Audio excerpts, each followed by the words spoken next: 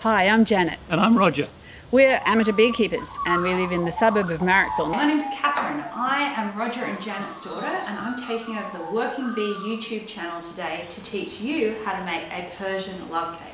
Now there are probably about as many stories of the origin of the Persian love cake as there is ingredients in the recipe.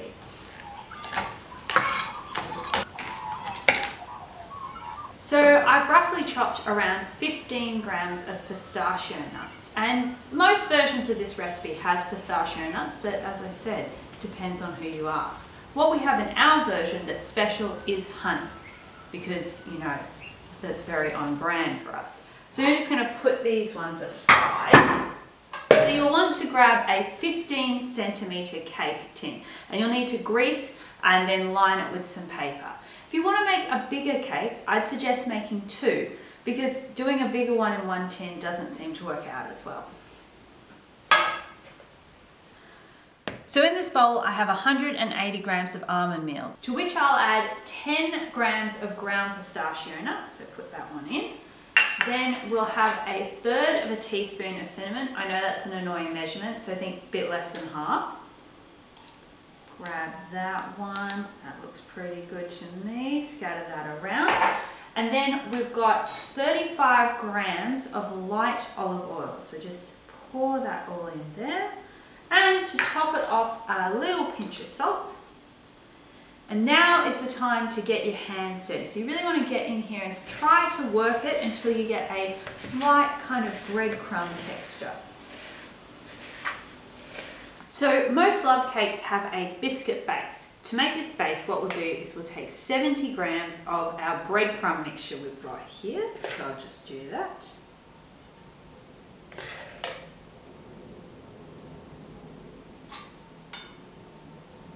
That looks pretty good to me. Get that out of the way. And then we're going to add 2 tablespoons of white sugar to this. Just 2 little tablespoons. Grab my spoon and we'll give this a little bit of a mix. So the next thing you want to do once you've given this a bit of a mix is to put this in your tin.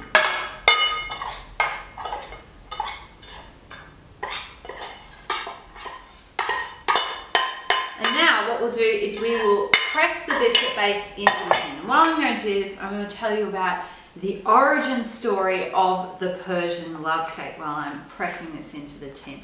So there are many different versions of this story, but the more romantic one is that there was once a young lady who worked at her family's bakery that was famous for making cakes. And there was a Persian prince who had a penchant for cakes, if you know what I mean.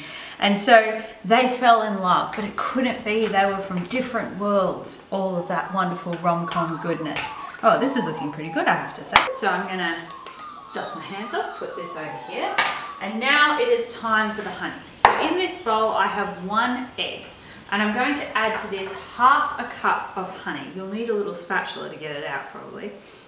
Here we go.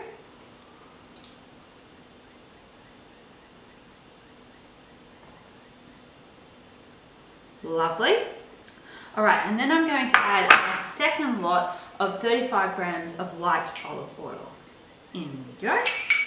And we're going to want to whisk this mixture quite a lot because it needs to be light and fluffy to combine with the other elements of our cake. So time for your wrist exercises, people. So on with our story. Our heroine decided that she would bake a cake to woo her prince. And she used ingredients from across the land. She used cardamom, she used cinnamon, she used almonds, she used pistachio, she used orange water, she used rose water, she used all the waters. And she even used expensive saffron threads. And so the prince came into the bakery to eat a piece of the cake, and he took one bite and was so enamored with the taste that on the spot he proposed to her that they should get married, and they lived happily ever after.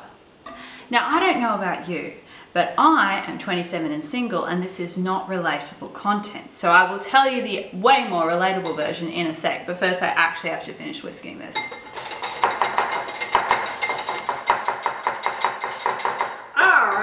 I have definitely got my arm workout for the day. this is looking pretty good. So I'm just going to put this aside and grab my dry ingredients. So to our dry ingredients, we're going to add half a teaspoon of baking powder, half a teaspoon of cinnamon.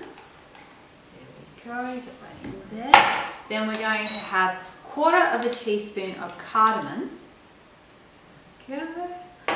And 1/4 teaspoon of nutmeg. We're really spicing it up here, people, now. And finally, we're going to add the zest of half an orange. And then grab your wooden spoon and give it a good stir, getting all of those nice spices in there. Nice, good stir. So the next thing we're going to do is we'll grab our egg mixture that I've just put aside, making sure that we don't get the whisk in anyone's eye. And we'll pour this into our dry ingredients. So we'll just pour that in there, lovely, lovely. And you might want to get a little silicone scraper. I particularly like these ones. They're very useful, I find, for these tiny little bowls. And give yourself a good scrape to get all that excellent honeyness out of there. All right, and now we want to give this a really good stir, making sure we've got those wet and dry ingredients really well combined. All right, so giving it a really good stir, that's looking pretty good. Now to this mixture, I'm going to add 100 grams of Greek yogurt. So we'll just pour that one in. Grab my handy little red spatula to clean that out.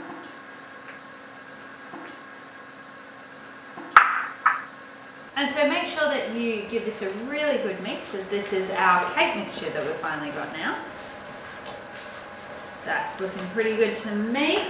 And now what we're going to do is grab our tin that we put our biscuit base in just a few moments ago and give this a little pour in. I do love a bowl with a spout. It is very handy. All right, and now what we'll do is we'll grab those pistachio nuts that we roughly chopped just a few moments ago and sprinkle them on top of the cake, kind of like a crown.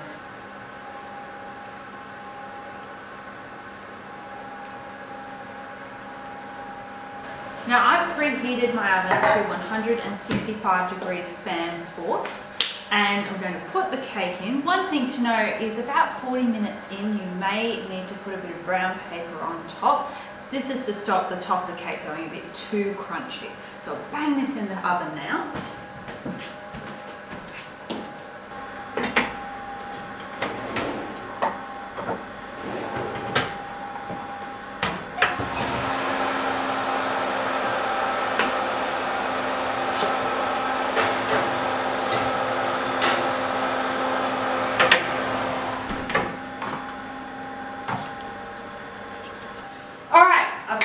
In the oven, and it's going to take about 65 minutes to cook. So while we're waiting, let me tell you the other side of the Persian love cake story.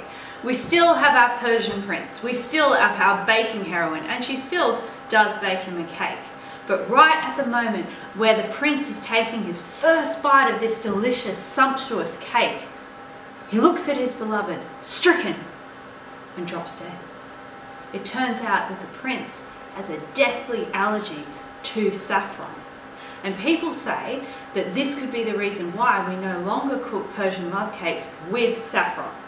Could also be that saffron is really expensive. I mean, it's really a bet either way, people.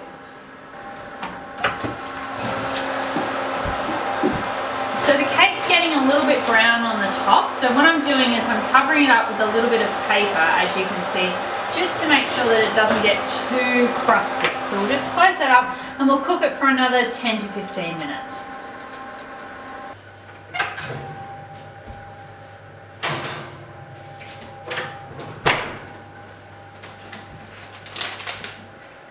Ooh, that looks lovely. So This has been in the oven for about 65 minutes, and it's really important to let the cake completely cool before you attempt to take it out of the tin. So this is an excellent gluten-free cake. It's moist, it's aromatic, and I promise that it won't kill you. Well, unless you're allergic to pistachios, eggs, honey, or yogurt, really anything in the cake. So please like this video, subscribe to this channel, and maybe leave a comment below about your favorite cake recipe that doesn't kill anyone. Thank you for watching.